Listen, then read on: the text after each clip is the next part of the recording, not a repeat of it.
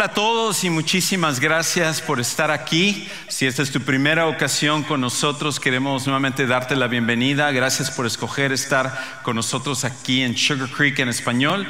Y aquellos que nos están siguiendo en línea, muchísimas gracias por sintonizarnos. Y si esta es tu primera ocasión viéndonos en tu dispositivo móvil, también queremos agradecerte de que tú estás ahora en conexión con nuestra iglesia.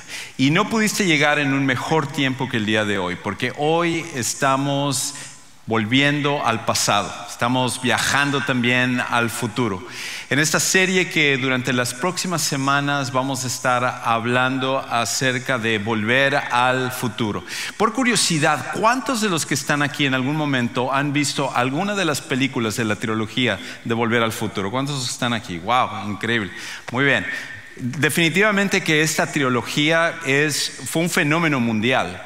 Yo soy tan viejo que me acuerdo de haber ido a ver la película en el cine cuando salió esta película por primera ocasión. Y una de las cosas que me llamó la atención es que cuando vi al personaje principal de la película, sus tenis Nike, justo yo estaba viendo la película y yo decía, wow, son los mismos que yo estoy utilizando en este momento. Y por cierto, me gustaban tanto esos tenis que hace poco que ha sido el 30 aniversario de la serie Volver al Futuro, dije, voy a ver si me compro otra vez los tenis y todo. No bajan ahora de $2,000 encontrar esos tenis. Yo digo, ¿por qué no me quedé con esos tenis? Pude haberlo vendido en eBay o haber hecho algo con respecto a ello. Pero la razón por la cual todo lo que es la memorabilia de esta película conecta tanto es porque la película fue algo que habló ciertas verdades acerca de la vida. Esa es una de las cosas con respecto a las películas clásicas, que las películas clásicas tienen una forma de conectar ciertas verdades a nuestras vidas, y Volver al Futuro es una de esas películas. Si no lo has visto, spoiler alert, la película trata acerca de un adolescente que se llama Marty McFly, y él es un chico de 17 años, uno podría decir hasta cierto punto un holgazán, que está frustrado porque su familia es demasiado pasiva para él.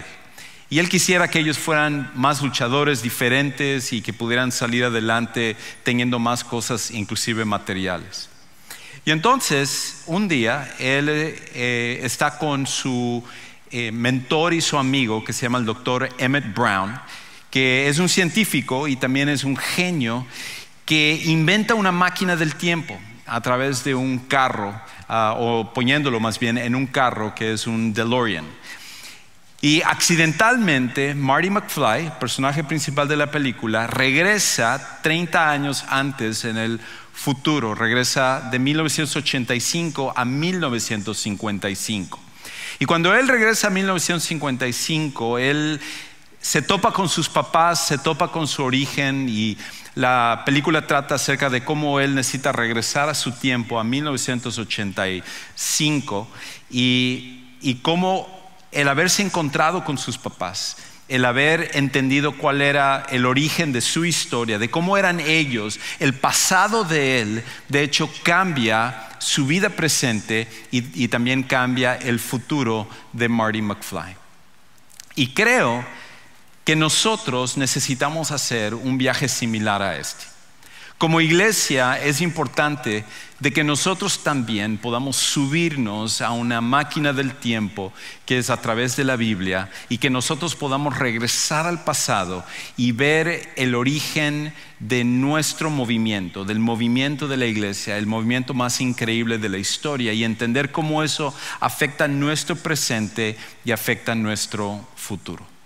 Y la razón por la cual creo que esto es tan importante es porque estamos viviendo en un tiempo donde muchos fenómenos han cambiado la forma en la cual nosotros nos vemos como iglesia. Creo que hay dos que son principales. La primera es el fenómeno de las redes sociales y la comunicación que se está dando en el mundo. Eso ha transformado el mundo. Yo me acuerdo hace varios años, cuando nosotros acabamos de llegar a Texas, cuando nosotros llamábamos de regreso para hablar con nuestra familia en México. Y me acuerdo que lo hacíamos los domingos en la noche y lo hacíamos a una hora específica. Nuestra familia ya sabía, ellos se reunían porque era demasiado caro estar llamando a cada rato para allá y era nuestra forma de estar conectados con ellos. Pero cuando surgieron las redes sociales, cambió ese fenómeno, como que hizo que todo el mundo se volviera más pequeño. Y para nosotros que somos inmigrantes y estamos lejos de nuestra familia, sabemos la importancia de estar conectados con ellos, sobre todo cuando nace un nuevo miembro de la familia o alguien está pasando por una enfermedad o queremos platicar a fondo acerca de alguna situación o que ellos nos cuenten acerca de algún fenómeno que está pasando en sus vidas. Las redes sociales y la comunicación han permitido que nosotros podamos nuevamente estar en comunicación los unos con los otros, y eso es algo excelente con respecto a la nueva tecnología que ya es una parte natural y normal de la vida de cada uno de nosotros. Pero tal como todas las cosas traen cosas buenas, hay muchas cosas malas que también esto trae. Y una de las cosas malas que las redes sociales traen es el hecho de crear un mundo de fantasía donde pensamos que estamos conectados cuando en realidad no lo estamos. Y parte de esto es el hecho de que nos ha traído a un lugar donde toda la experiencia de la vida está hecho para nuestros gustos. Tomamos los videos que queremos, tomamos los artículos que queremos, vemos las noticias que nosotros queremos, y todo está hecho a modo simplemente para nosotros, y nos hace pensar que así es el mundo. El mundo está hecho para mi gusto, el mundo está hecho para lo que yo quiero. Y muchas veces los que somos seguidores de Jesús pensamos que la iglesia y el cristianismo funciona de la misma manera, que todo esto es acerca de mí y todo es acerca de lo que yo quiero y lo que yo necesito. Y es por esa razón que una de las cosas que nosotros encontramos a través de la historia, y sobre todo a través de la historia de la iglesia, es esta gran verdad: que la iglesia pasa por tiempos donde olvidamos quiénes somos. La iglesia pasa por tiempos donde olvidamos quiénes somos. Hay ciertas épocas a través de la historia de la iglesia que por las cosas que nosotros enfrentamos, eso hace que nosotros olvidemos quiénes somos. Creo que el segundo fenómeno que ha causado esto es la situación de la pandemia. Las redes sociales, aunado a la pandemia, ha causado que nosotros tengamos una mentalidad de simplemente estar aislados de todos los demás. Y entonces, cuando hace casi ya 2 años comenzó la pandemia, podemos recordar cómo había un temor, una desesperación, había estrés, se oía acerca de la gran cantidad de gente que estaba muriendo, y entonces nosotros decíamos: caramba, necesitamos estar aislados, separados de todos los demás, y estamos encerrados en nuestras casas por meses, simplemente estando nosotros ahí. Las pocas veces que salíamos era cubrirnos con 10 mascarillas y con guantes y con desinfectante y cambio de ropa y todo tipo de cosas, mientras que veíamos que los negocios cerraban, muchos perdían su trabajo, muchos estaban perdiendo la vida, y eso causó una mentalidad de estar separados. Y creo que esto, de hecho, a la generación que más ha afectado es a los jóvenes, porque los jóvenes han llegado a la idea de pensar que la vida es así, la vida es algo que tú tienes que temer, estar encerrado, desconectado de todos los demás.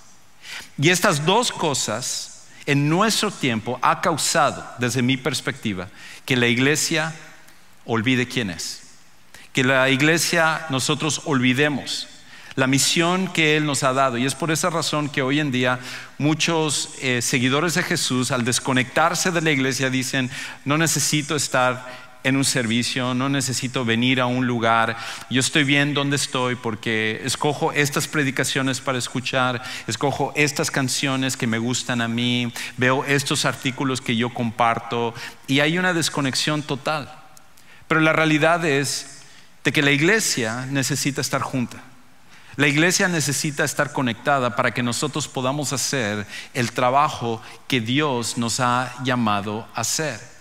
Y cuando nosotros pasamos por ciertas situaciones de la vida en la historia, como ha pasado durante la época de la Reforma y durante otras épocas donde la iglesia estaba pasando por situaciones difíciles, la tendencia y la tentación era olvidar quiénes somos. Y hoy en día nosotros estamos pasando por un tiempo como este.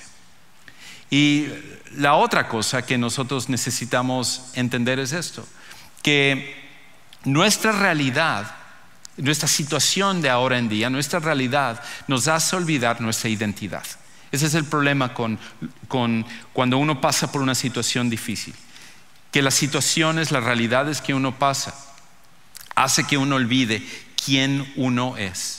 Nuestra realidad nos hace olvidar nuestra identidad.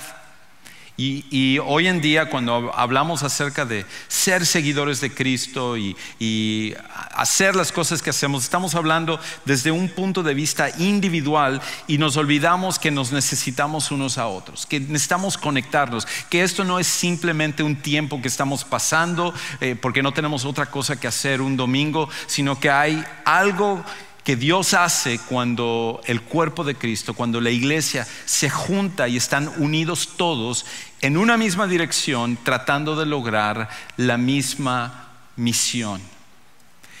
Y es por esa razón que, tal como un Marty McFly, su vida cambió cuando él fue al pasado y se dio cuenta de dónde él venía y cambió su presente y cambió su futuro, que hoy en día nosotros tenemos que hacer exactamente lo mismo. Nosotros necesitamos entender cómo esto afecta nuestra realidad, porque esto es cierto con respecto a nosotros, que nuestro pasado debe de realinear nuestro presente y nuestro futuro. Nuestro pasado debe de realinear nuestro presente y nuestro futuro. Cuando nosotros nos olvidamos de dónde hemos venido, cuando nosotros nos olvidamos cuál fue nuestro origen, cuando nosotros nos olvidamos acerca de la razón por la cual comenzó nuestro movimiento, entonces vivimos el presente solo para nosotros o como las demás personas y viviremos el futuro de la misma manera. Pero Dios comenzó la iglesia para que transformara el mundo. Dios comenzó la iglesia para que tú y yo pudiéramos ser el impacto del reino de Dios en este mundo. Y cuando nosotros nos enfocamos solo sobre la realidad de lo que estamos pasando, el mundo presente, olvidamos todo esto y olvidamos nuestro llamado que todos tenemos, no de una forma individual, sino de una forma colectiva, de que juntos somos el cuerpo de Cristo. Es por esa razón entonces que es tan interesante que cuando uno ve la historia de la iglesia, de cómo comenzó la iglesia hace 2000 años, había una cosa que cualquiera hubiera dicho cuando vio a 120 personas que estaban reunidas, temerosas y que estaban preguntándose acerca de qué es lo que iban a hacer, que ni ellos mismos sabían qué significaba iglesia y qué significaba esto de ser seguidores de Jesús y que un movimiento. Ellos no tenían nada de eso en su mente, porque al final cualquiera en ese tiempo hubiera dicho esto, que la iglesia comenzó como un grupo destinado al fracaso. La iglesia comenzó como un grupo destinado al fracaso. 120 personas, ninguno de ellos influyentes, ninguno de ellos con un poder político tremendo, ninguno de ellos gobernantes, ninguno de ellos académicos que tenían una gran popularidad. Muchos de ellos ejercían su oficio, algunos como pescadores, otros haciendo otras cosas, uno cobrador de impuestos, otro había sido parte de un movimiento político para quitar al gobierno romano. Todos ellos venían de diferentes trasfondos, pero ninguno de ellos podía contar con poder, dinero, inteligencia, conocimiento que pudiera decir: este movimiento va a impactar al mundo para el resto de la historia. Nada de lo que ellos tenían podía servir para que ese movimiento pudiera ser diferente. Porque lo que había pasado hasta ese momento es que muchos movimientos se habían alzado. Muchas personas habían venido como figuras mesiánicas y como personas religiosas, líderes religiosos que estaban diciendo: yo tengo la respuesta, tú necesitas seguirme a mí. Y entonces esos movimientos comenzaban y luego de la misma manera se esfumaban. ¿Qué es lo que iba a hacer que este movimiento pudiera ser la diferencia? Y la diferencia obviamente iba a ser Jesús. Jesús es la diferencia. Y lo que Jesús hizo con los primeros cristianos, lo que Él les dio a ellos, es lo mismo que nos da a nosotros ahora que nosotros enfrentamos los retos de nuestro tiempo, la misma misión que Él nos ha dado y el propósito que nosotros tenemos para ir adelante en lo que Dios nos ha llamado a hacer. Y por esa razón, la iglesia cambió al mundo. La iglesia cambió al mundo, pero no porque la iglesia en sí, no porque los primeros cristianos tuvieran algún tipo de superpoder, super habilidad o super manera de hacer las cosas que nosotros no lo tuviéramos. La iglesia cambió al mundo porque recibió 4 cosas que iba a ser la diferencia en lo que ellos iban a hacer. Y esas mismas 4 cosas son las mismas que tú y yo tenemos hoy en día. Que nuestra iglesia, Sugar Creek, y Sugar Creek en español, tenemos hoy en día. Que hoy la iglesia universal tiene, y que nosotros no debemos atrevernos siquiera a olvidar que estas 4 cosas son la base de quienes somos y que nos debe de ayudar a ir hacia adelante. Nunca es acerca de ti o de mí, es acerca de Jesús y de la gloria de su nombre, y lo que nosotros estamos aquí es para exaltar a Jesús. Ahora, estas 4 cosas Jesús las reveló a los primeros cristianos cuando Él estaba a punto de irse. Había reunido a los apóstoles, y los apóstoles simplemente significa alguien enviado con autoridad. Y Él estaba junto con los apóstoles y junto con otros que eran 120 personas reunidos para que Él estuviera con ellos por última ocasión. Y en esa última ocasión en la cual Jesús estaba con ellos antes de que Él ascendiera al cielo, nos dice en el libro de los Hechos, que es un libro fascinante porque es el libro que relata la historia de la iglesia, de cómo nosotros comenzamos, de cómo fue el comienzo de esto que nosotros somos parte. Y el autor, que era un hombre que se llamaba Lucas, había sido médico de profesión, y por su misma profesión él había desarrollado la habilidad de poder hacer observaciones hasta de los detalles más pequeños. Y él empieza a darnos los detalles de cómo la iglesia comenzó. Y durante las siguientes semanas vamos a recordar nuestro pasado, viajando en el tiempo a nuestro pasado para que pueda cambiar nuestro presente y pueda cambiar también lo que es nuestro futuro. Y la iglesia entonces recibió estas 4 cosas. La primera cosa que la iglesia recibió, lo que iba a ser la base de todo nuestro movimiento, es la certeza de la resurrección de Jesús. Lo primero que iba a ser la diferencia para que este movimiento pudiera salir adelante es que ellos iban a recibir la certeza de la resurrección de Jesús. Escucha cómo dice aquí en Hechos capítulo 1, versículo 3. Jesús está hablando con sus discípulos, está con todos ellos, y entonces Él les dice esto: a estos también, refiriéndose a ellos, después de su padecimiento, después de todo lo que Jesús pasó, se presentó vivo con muchas pruebas convincentes. Aquí la palabra en el original significa evidencia contundente. No había duda, no había algún pensamiento que uno dijera: no estoy seguro que esto es así. No, Jesús se presentó con pruebas convincentes, apareciéndoles durante 40 días y hablándoles de lo relacionado con el reino de Dios.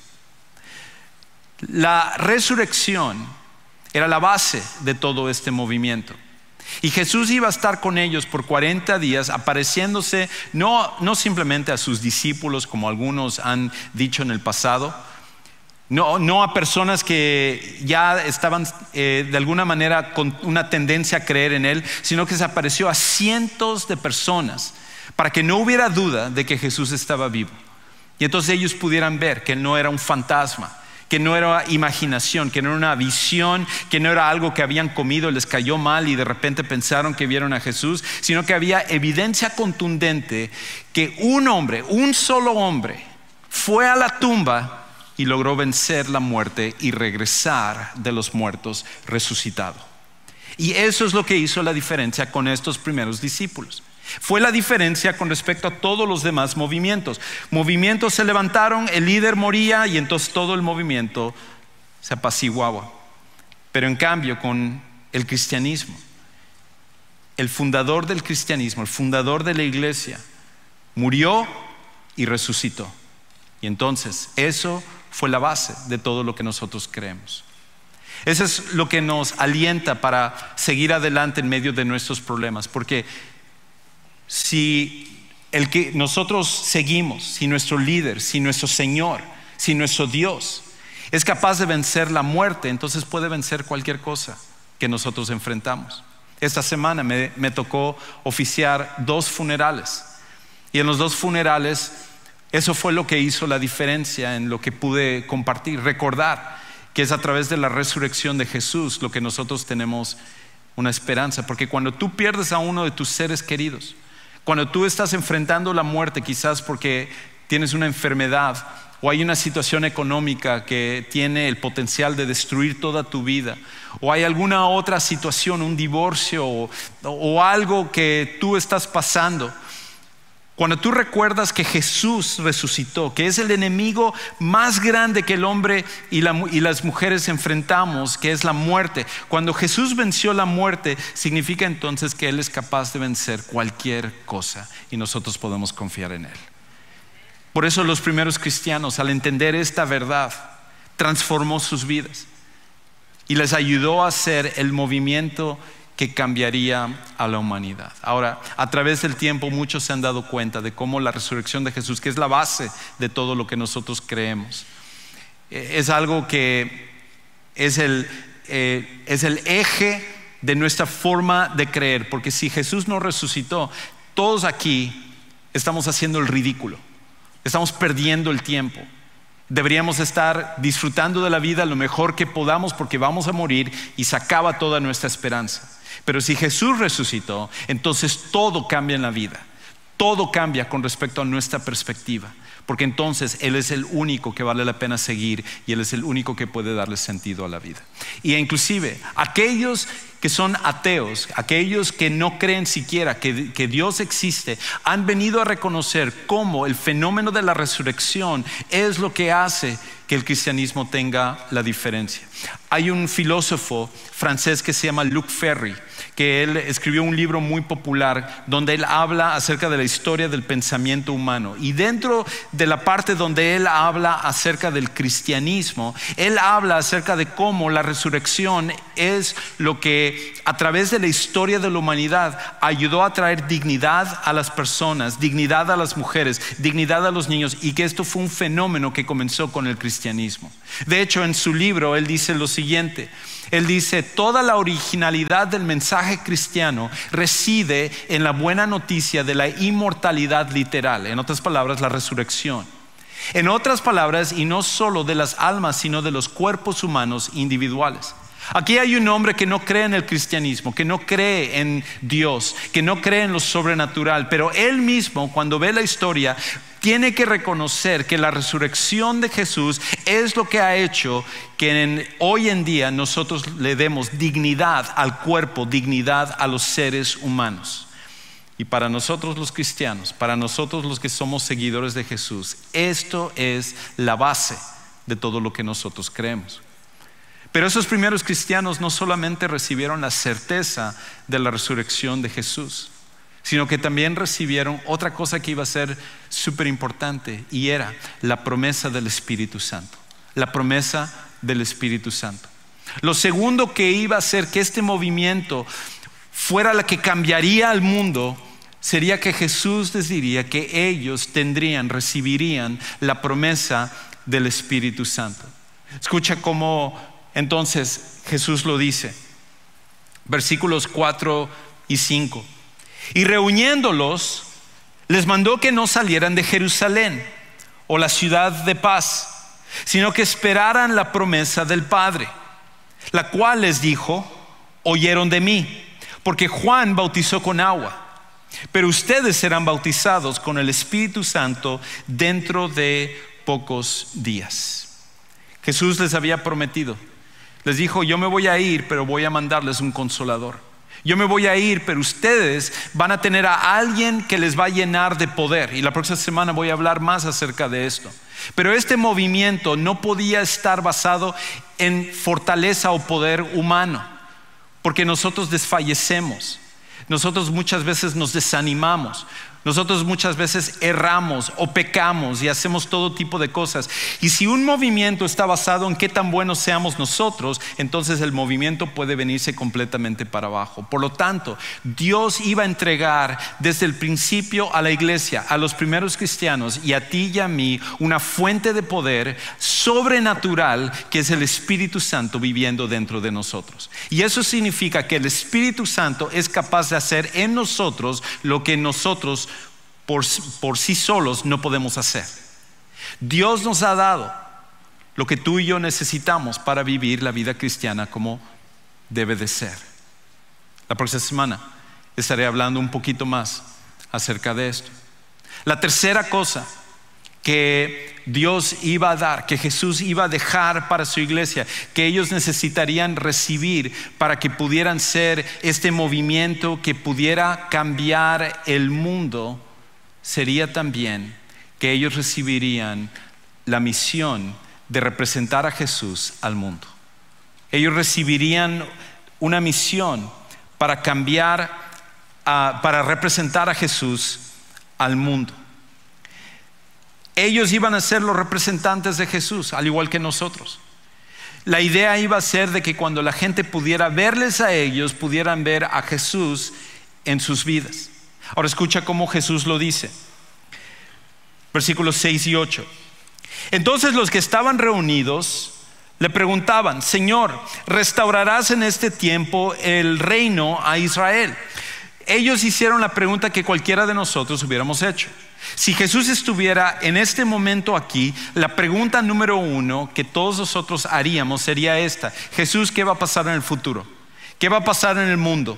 Dinos si el mundo va a estar bien, vamos a pasar por otra pandemia, nos vamos a morir por alguna situación inesperada, tal como hace 2 años nadie se imaginaba que iba a haber una pandemia, que iba a tener todas las consecuencias. Señor, ¿qué es lo que nos depara el futuro? Queremos saber dónde vamos a estar y cuándo vas a poner fin a todas estas cosas. Porque durante el tiempo en el cual Jesús estuvo ahí, Él constantemente le recordó a sus discípulos que Él iba a traer un reino donde iba a haber paz y las enfermedades se iban a acabar y la injusticia se iba a acabar y el maltrato hacia las personas, de los poderosos hacia los débiles, de inocentes que eran afectados por aquellos que injustamente les maltrataban. Todas las cosas que hoy en día estos movimientos que son chatarra están tratando de lograr, el reino de Dios, que es el único que lo puede hacer, es el que está prometido ahí. Y ellos estaban preguntando: Señor, ¿cuándo va a pasar esto? Y me encanta la respuesta de Jesús, porque Jesús les dice esto: ¿qué te importa? ¿Qué te importa? Dice, bueno, esa es mi versión. Jesús no lo dice exactamente, Él lo dice un poco más amable. Escucha lo que Él dice en versículo 7. Jesús les contestó: no les corresponde a ustedes saber los tiempos ni las épocas que el Padre ha fijado con su propia autoridad. En otras palabras, ¿qué les importa? Eso no es la prioridad, ¿ok? ¿Quieren saber cuándo va a ser? Esta es la respuesta. Está en manos de Dios y va a ser en el tiempo perfecto. No tienes que afanarte, no tienes que estarte fijando, no tienes que buscar en tu Biblia y sacar, ok, aquí hay un número 2 y luego acá hay un número 4 y se me hace que va a venir en el mes de mayo y va a pasar aquí, y el otro día vi un perro muerto sobre la acera y a lo mejor hay una señal acá, y empezamos toda clase de actos ridículos para tratar de adivinar cuándo va a ser el fin del mundo, cuando Jesús claramente nos dice que no podemos saberlo porque es Dios el único que lo sabe. Lo que sí podemos saber es que va a ser en el momento perfecto. Podemos confiar en Él. Eso es lo único que necesitamos saber. Entonces Jesús lo que dice es: no se estén afanando acerca de esto. Esta no es su prioridad. Esta es su prioridad. Escucha cómo Él lo dice entonces. Dice: pero recibirán poder cuando el Espíritu Santo venga sobre ustedes, y serán mis testigos en Jerusalén, en toda Judea, Samaria y hasta los confines de la tierra. En vez de pasar tiempo tratando de ver cuándo se va a acabar el mundo, lo que es nuestro enfoque es cómo estamos viviendo ante el mundo. Es por esa razón que los primeros cristianos fueron llamados a tener vidas diferentes. De manera que cuando la gente decía: ¿por qué esta persona actúa de esta manera? ¿Por qué su matrimonio es diferente al mío? ¿Por qué cuando pasa por un problema? ¿Por qué cuando pasa por una enfermedad? ¿Por qué cuando lo maltratan, él actúa de forma diferente a todas las demás personas? Porque desde el principio tú y yo hemos sido llamados a representar a Jesús ante el mundo. Y cada vez que nosotros estamos en nuestros trabajos, cada vez que nuestro jefe nos maltrata, cada vez que en la calle alguien se nos mete de una forma injusta, cada vez que nadie más nos está viendo y nosotros estamos solos, nosotros estamos aquí para representar a Jesús. Esa es nuestra misión. Ese es nuestro propósito.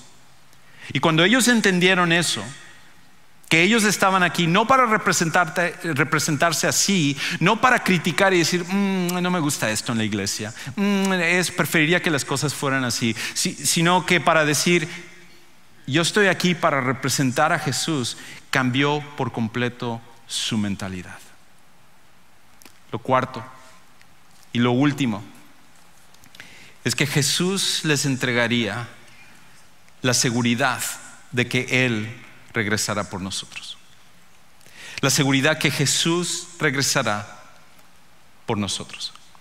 En los momentos difíciles, en los momentos que ellos tuvieron que ir en coliseos romanos y ser martirizados por leones o por gladiadores de una forma injusta, ellos podían ir a hacerlo porque sabían que Jesús iba a regresar por ellos. Ya sea en la tumba o en la vida, Jesús había prometido que Él vendría por cada persona que ha puesto la fe en Él. Y cambió entonces su perspectiva de la vida.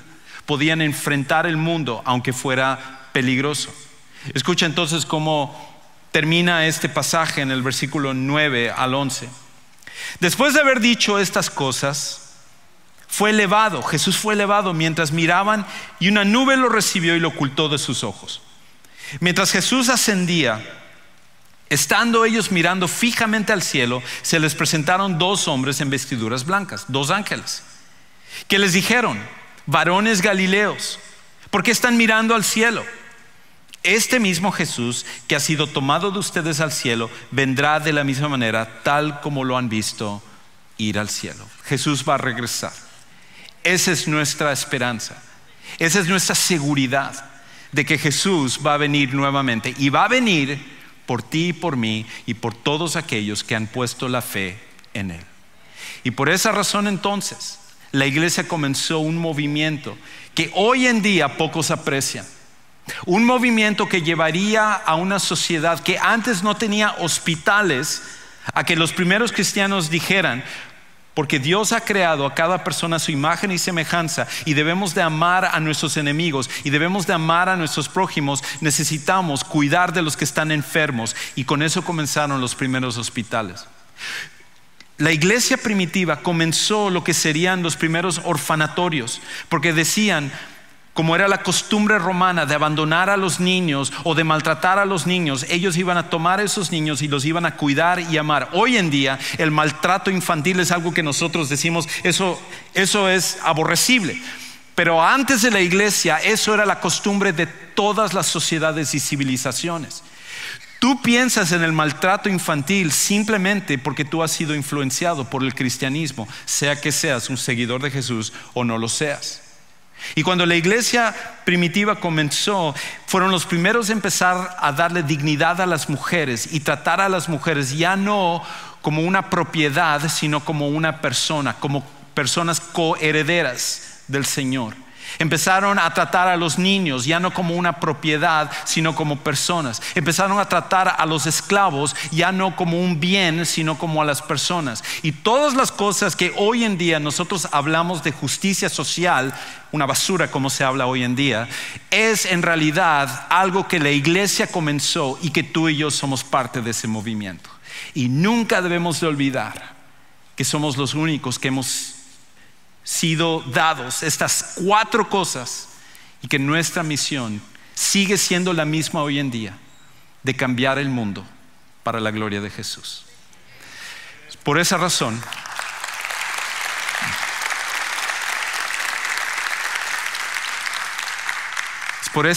que todo esto no debemos olvidar. No podemos permitir que una pandemia o el estar desconectados o decir esta semana no me siento con ganas, no importa si voy o no voy. Tú y yo somos parte de algo mucho más grande.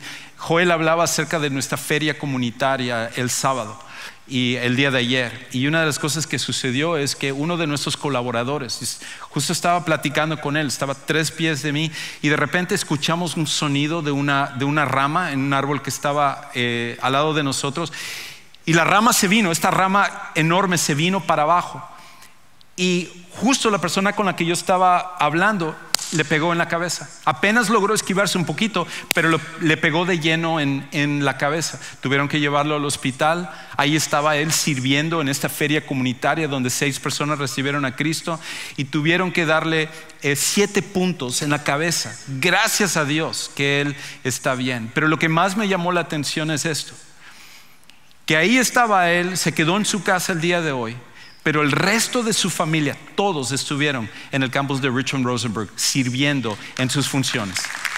¿Por qué lo hicieron? ¿Por qué lo hicieron? Porque ellos entendieron que son parte de un movimiento para ir hacia adelante, y tú y yo somos parte de ese mismo movimiento. Tenemos que ir a nuestro pasado para recordar de dónde venimos, para que afecte nuestra vida presente y nuestro futuro. Para ti quizás eso comienza con conocer a Jesús como tu Salvador personal, porque la realidad es que no es religión. No estás llamado a ser parte de una iglesia, una religión, sino que estás llamado a conocer a una persona que es Jesús. Jesús que voluntariamente dio su vida por ti, y que Él mismo se levantó de los muertos, cambió para siempre lo que es nuestra forma de poder ver la vida. Cuando nosotros ponemos esta fe en Jesús, confesamos nuestros pecados, Él es fiel para perdonarnos, limpiarnos de toda maldad, darnos nueva vida.